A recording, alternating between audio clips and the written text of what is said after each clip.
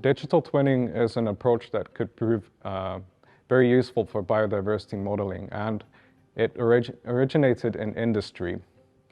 And if we think about what a digital twin actually is, we have two components. So we have an object that exists in the physical world, and then we have a counterpart to it, a simulated counterpart, so something that exists alongside the physical copy.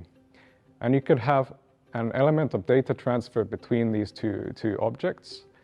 And if I were to give an industrial example, it could be, for example, designing a solar panel, and you would have some kind of sensor data being passed from the solar panel to the virtual counterpart that could then be used for product testing and development. And that information would then be used to improve the physical product. So that's an industrial example. But in terms of the BioDT project, we can extend this to thinking about the Earth system. So we have, of course, a single copy of the Earth available.